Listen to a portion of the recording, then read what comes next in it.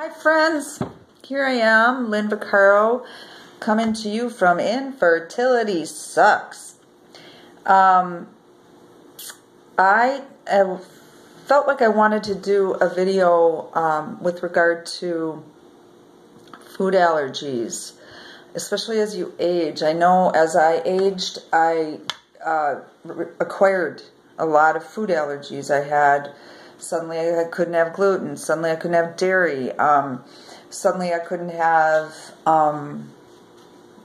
yeast. Fermented things seemed to bother me. Like I drink kombucha and you'd think, oh my God, she's pregnant. I mean, I blow up.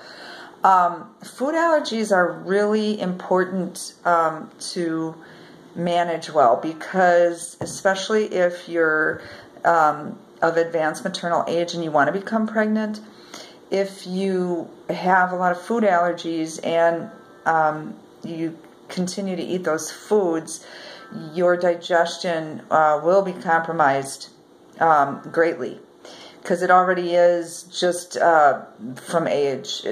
As I spoke of in other videos, the parietal cells in your stomach create the high amounts of hydrochloric acid that you need to pulverize food and all of that, and those all, as we age, slow down, become less powerful. So that's already an issue. And then if you've got food allergies, like I do, I can tell you I had an endoscopy when I was having all my miscarriages, and I stayed awake for it. I didn't let myself get put out by anything, because I wanted to see the condition of my stomach.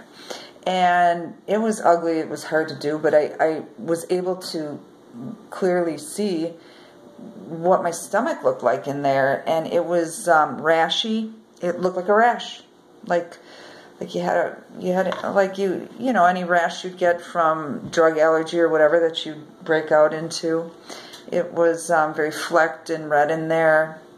And so I knew immediately my gallbladder was swollen, and they said, well, sometimes that happens, and we should have it out. And I said, no, why don't I just fast? And which led me to the juicing and all the various things that got me the boys at 43 and 45, got me pregnant with them. So this is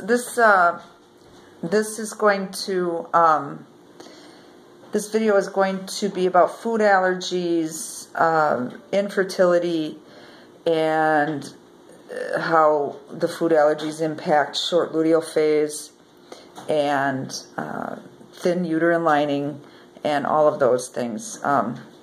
It's kind of food allergy, the umbrella of the problem, and then you're going to have indigestion problems from your stomach being irritated and allergic to certain things, and then you're not going to digest. Your reproductive system is not going to be nourished well, and that's really why it's important. If you find that and the way you find you have food allergies, I mean, really, it's one of those things you can just kind of watch and feel and just contemplate as after you eat, like, what am I feeling? Am I, miserable with gas? Am I bloated? A lot of that is food, maybe not allergy to the degree that you think of, oh, your esophagus is closing up and, the roof of your mouth is swelling.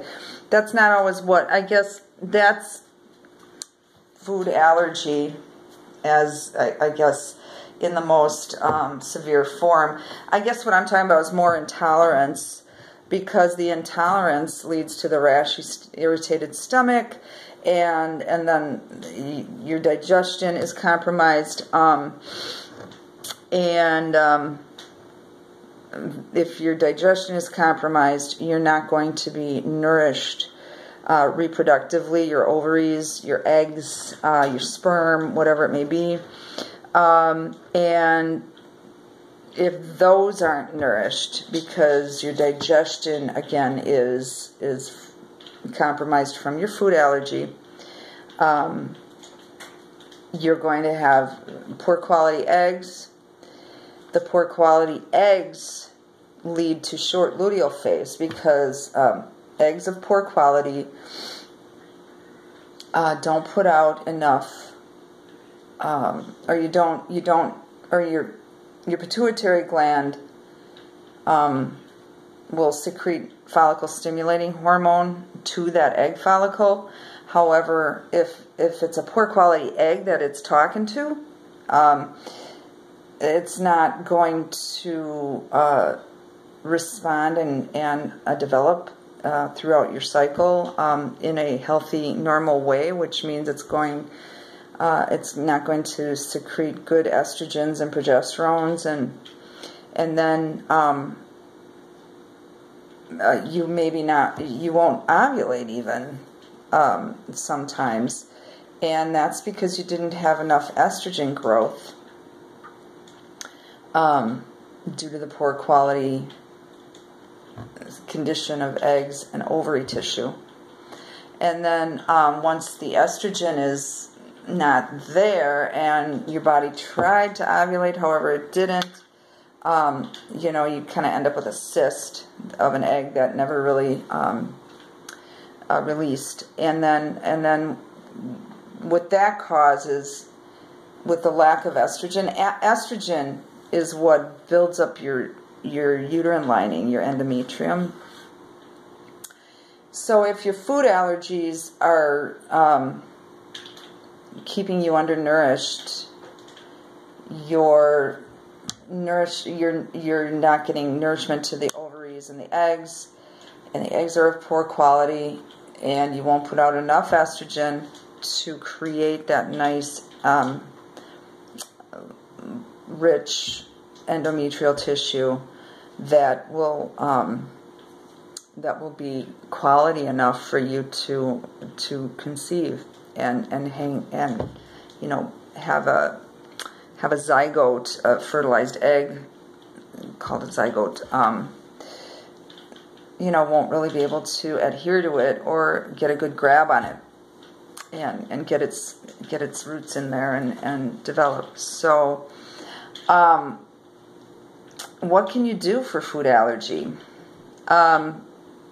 Avoid the foods, eat whatever it is, whether it's gluten-free food, stay away from gluten. We have so many products out there now that are gluten-free, dairy-free, vegan. Vegan is always nice. I'm gluten-free, dairy-free, and yeast-free. I can have a lot of vegan stuff, and that's good because you don't have the dairy in it at all. You don't have eggs. I have to be careful with eggs. So it's a matter of just knowing what you're allergic to, avoiding it, and sometimes if your stomach acts up and you can feel that you're getting some gas and you're bloating or you feel just not quite right inside, juicing again can come to your rescue, because you can juice with things like aloe vera plant. Aloe vera plant. Oh my God. I put it all over my face. I drink it and I just feed it through the juicer with apple, and it's very bitter. It's not going to taste good, just so you know. It's very medicinal.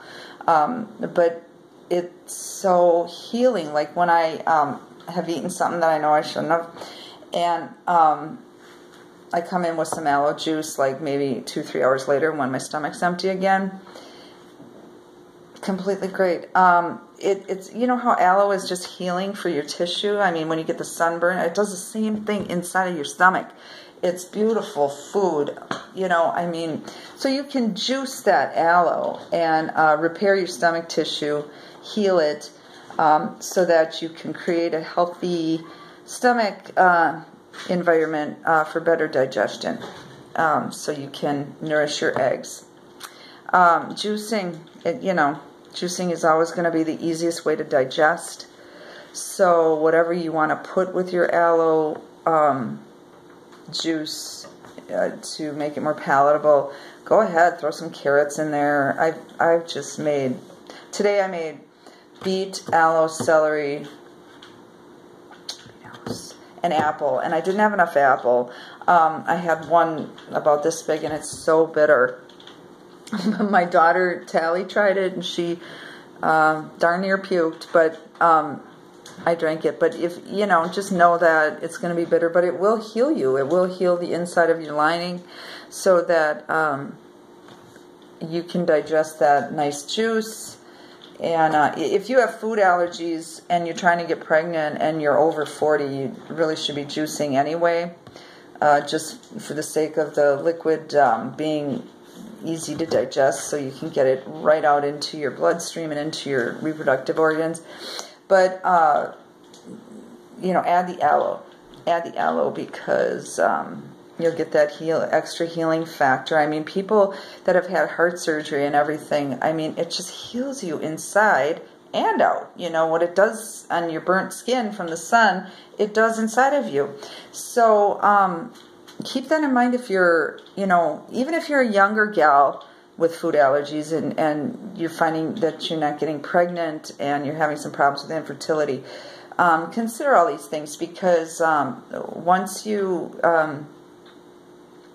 give it enough time, you know, everything that I talk about, it's not overnight. It's not like when you go to the reproductive endocrinologist and he gives you follicle stimulating hormone and he's got, you know, your hormones to the floor, you know, and then your egg quality, your egg quality isn't there yet, and then he's got your hormones just flying to make you ovulate, but your eggs are still not nourished. This is nourishing yourself. Everything I've talked about in all of my videos, it's nourishing yourself, and that's like over time.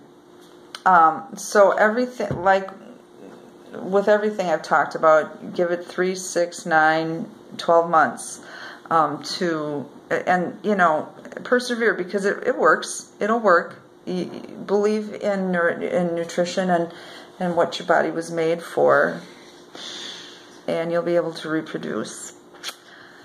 So that concludes my food allergy as it relates to infertility and reproduction, short luteal phase, thin uterine lining.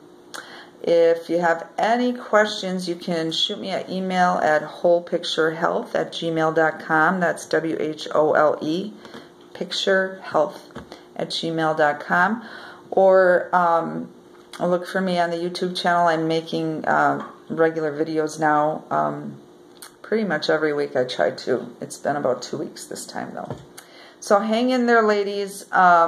Keep working at your nourishment. When you get down, do something healthy for you. So that's what I used to do. When I'd get sad about not being pregnant, I would go do something healthy.